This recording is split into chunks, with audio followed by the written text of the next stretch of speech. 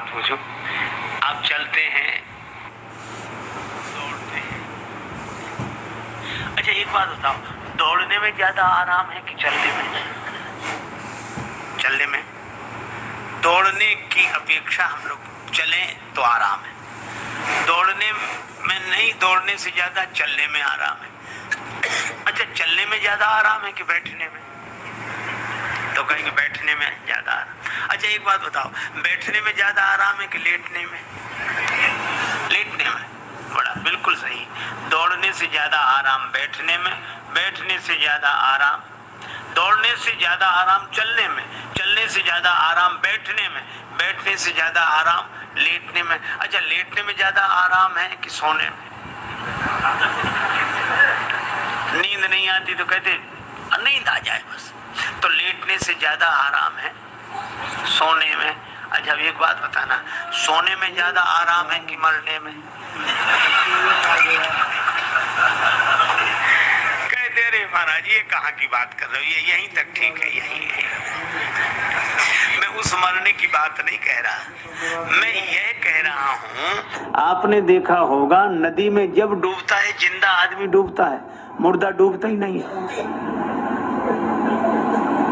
इसका अर्थ यह है कि जिसका अहंकार जिंदा है वह जीवन की, संसार की सरिता में डूब जाता है, और जिसका अहंकार मर गया वो स्वयं भी पार होता है, अनेकों को पार ले जाता है।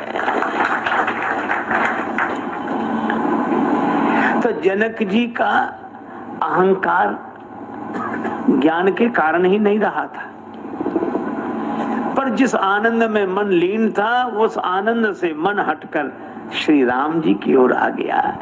विश्वामित्र जी ने कहा कि ये सबको प्रिय है।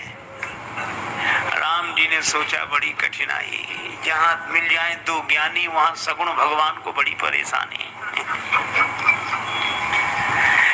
एक कहते हैं, जब विश्वामित्र जी ने पूछा ये आपको कौन लगते हैं? जनक जी बोले हमें तो ऐसा लगता है कि ब्रह्म है। विश्वामित्र जी ने कहा ब्रह्म तो एक है, ये तो दो दिख रहे हैं।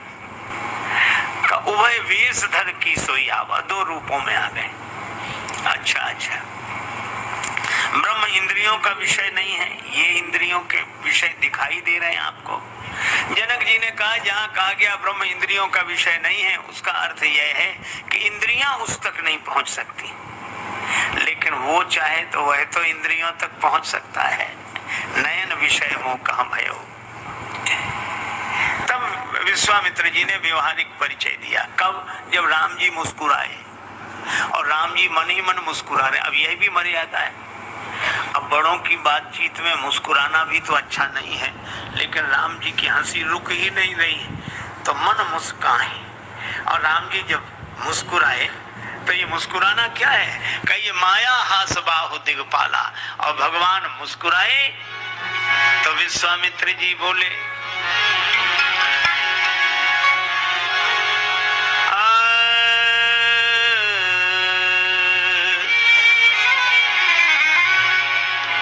ये अयोध्या नरेश महाराज दशरथ के पुत्र हैं। अच्छा आप इन्हें ले मांग लाए थे, क्यों? हमारे यज्ञ की रक्षा होनी थी। जनक जी को आश्चर्य हुआ कि इन्होंने यज्ञ की रक्षा की। हाँ, तो आपका यज्ञ सफल हुआ?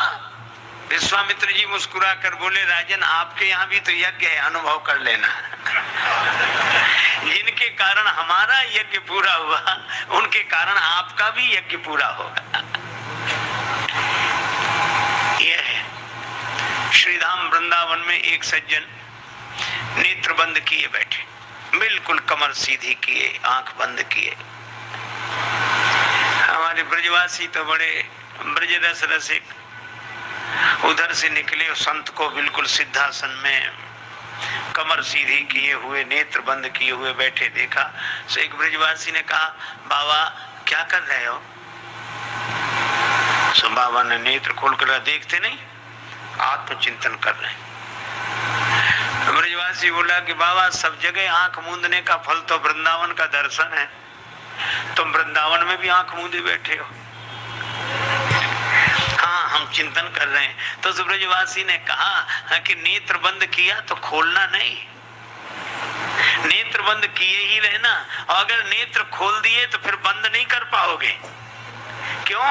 उसने कहा जोलो तो है नंद को कुमार नहीं दीठ पर्यो, तोलो तू बैठ के ब्रह्म को विचारी ले। जब तक श्री कृष्ण का दर्शन नहीं हुआ, इसीलिए भगवान श्री कृष्ण का एक नाम है आत्मा रामाकर्षी।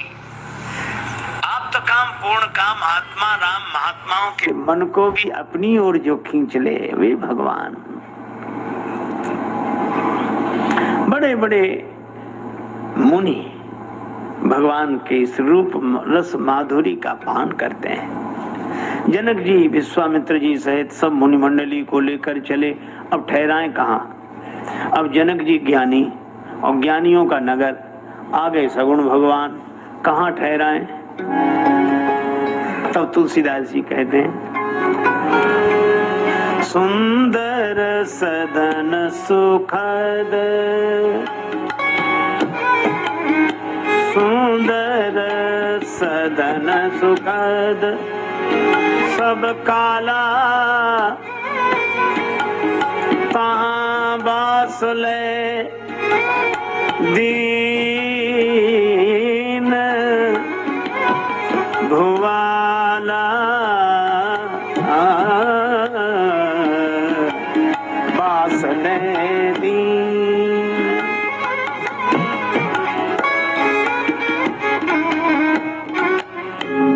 सुंदर सदन, सुंदर सदन की विशेषता क्या? सभी ऋतुओं में सुखद, तहां बास लय दीन, लेकर दिया। ये भवन किसी का था, लेकर दिया। इसका अर्थ जिसका भवन था उससे खाली कराया, उससे लिया, फिर श्री राम जी को रहने के लिए दिया। तो ये भवन किसका? तब श्री तुलसीदास जी कहते हैं सिय निवास सुंदर सदन शोभा किम कही जात। यह श्री सीता जी का निवास स्थल है। सगुण भगवान ज्ञानी के यहाँ आ गए, तो ज्ञानी के यहाँ भक्ति का भवन है, श्री सीता जी भक्ति है। तो जनक जी ने कहा कि बेटी इस भवन को तुम खाली कर दो तो भगवान इसमें ठहर जाएं। भक्ति के भवन में भगवान ठहर जाएं। श्री सीता जी ने कहा पिताजी फिर मैं कहाँ जाऊंगी? कहा बेटी तुम हमारे भवन में ठहर जाओ।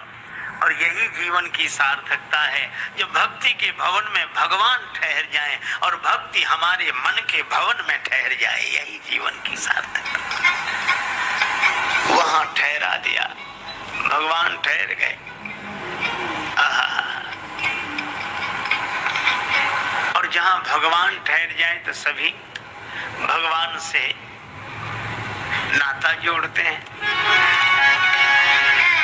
एक भक्त ने कहा हे विधनातो से अचरा, हो राम हे विधनातो से अचरा, पसारी मांगू जन्म जन्म दीजो मोही,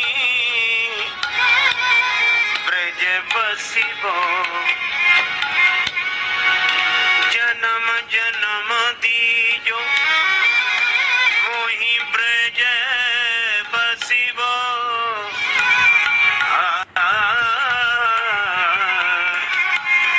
हे तो से अचरा,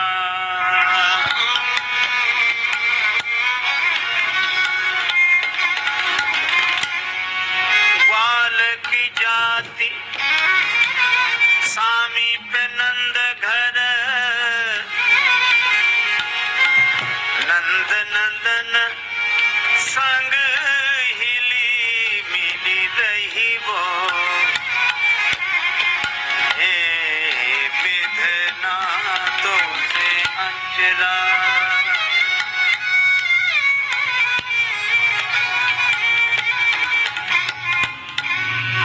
विधाता मुझे जन्म दे तो वृंदावन में, ब्रज में। जन्म जन्म दीजो मोहि ब्रज बसिबो, मानुस हो तो वही रस खान बसों ब्रज गोकुल गांव के ग्वारन। और जो पशु हो तो कहा बस मेरो चरो नित, नंद की धैन मझारन। और जो खब हो तो बसेरो करो, मिली कालिंदी कूल कदम्ब की डारन। और पाहन हो तो वही गिरी को, जो धर्यो कर छत्र पुरंदर कारण। भगवान की भक्ति जिनका हृदय होता है, किसी से मेरी मंजिल का पता पाया नहीं जाता, जहां मैं हूं फरिश्तों से वहां जाया नहीं जाता। मोहब्बत के लिए कुछ खास दिल मखसूस होते हैं, ये वो नगमा है जो हर साज पर गाया नहीं जाता। भगवान का एक व्यक्ति शंकर जी के मंदिर में दिया रखने जा रहा, शाम का समय, ओम नमः शिवाय नमः शिवाय नमः शिवाय करता हुआ दिया लेकर जा रहा। रास्ते में एक तार्किक व्यक्ति मिल गया। कहाँ जा रहे? भगवान के मंदिर में दिया रखने वाला। तुम लोगों के भी पागलपन का कोई हिसाब नहीं है। भगवान है वो। ये विचार करो, तुम्हें भगवान ने बनाया कि भगवान को तुमने बनाया?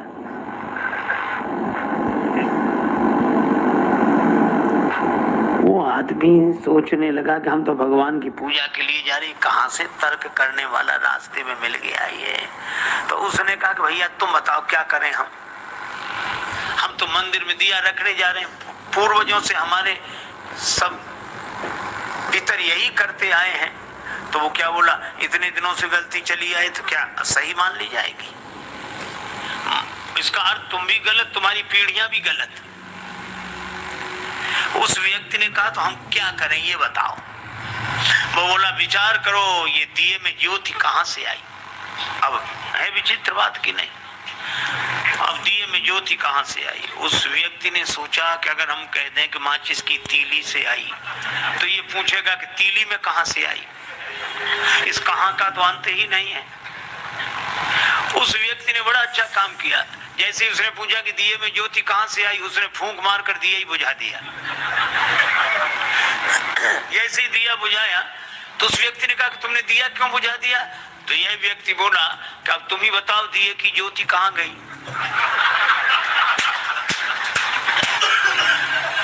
कहां गई?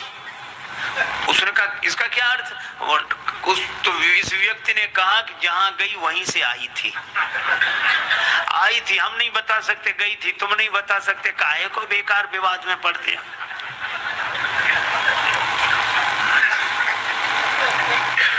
अच्छा, इस तर्क से कुछ हल भी नहीं होता, कुछ हाथ भी नहीं लगता। तर्क से आप कुछ भी सिद्ध कर दो। महाभारतकार कहते हैं तर्को अप्रतिष्ठा।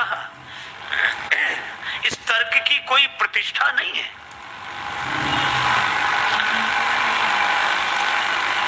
देखो, एक व्यक्ति पढ़कर आया, उसने बहुत विद्या अर्जित की थी।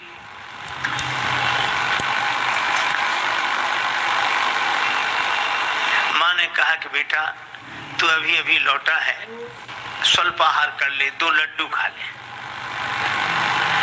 बेटा बोला पहले मेरी विद्या का चमत्कार देखो जो मैंने पढ़ा है। माँ बोली क्या चमत्कार? बेटा बोला असंभव को संभव सिद्ध कर दूं। माँ बोली कैसे करेगा? जो है नहीं उसको कैसे सिद्ध करेगा? पिता भी पास आकर बैठ गया कि देखें इसकी विद्या। बेटा बोला कि लड्डू कितने रखे हैं? माँ बोली 2। बेटा बोला 3। का कैसे? बोला अभी सिद्ध कर देता हूं। का गिनो। माँ ने गिनना शुरू किया, 1 लड्डू में 1, दूसरे लड्डू पर उंगली रखी 2। बेटा बोला 2 और 1 3। अब माँ इधर से भी गिने 1, बेटा कहे ठीक 2, बेटा तुरंत कहे 2 और 1 3। गणित का सिद्धांत, जहाँ 2 और 1 वहाँ 3 तो होते ही हैं। अब माँ ने कहा कि बेटा मैं सिद्ध भले ही ना कर पाऊं पर लड्डू तो 2 हैं।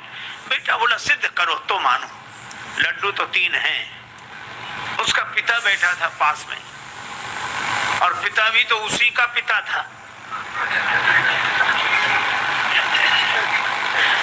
उसने कहा कि बेटा तुम्हारी माँ बिना पढ़ी लिखी है, समझती नहीं है, पर मुझे साफ साफ दिखाई दे रहे लड्डू 3 है। तुमने जो सिद्ध किया बिल्कुल सही, लड्डू 3 है। अब एक काम करना। कहा क्या? कि एक लड्डू मैं खा लूंगा, दूसरा लड्डू तुम्हारी माँ खा लेगी और तीसरा तुम खा लेना।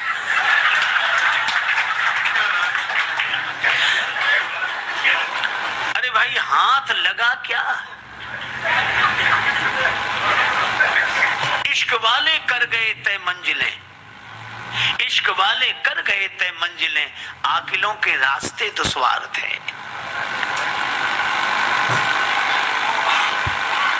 एक आदमी गांव में गया, अपने मित्र के साथ घूमने निकला तो छोटा सा गांव, एक व्यक्ति तेल बेचता था, अकेला आदमी, और भीतर उसने कोल्हू चला रखा और बाहर बैठकर तेल बेचे।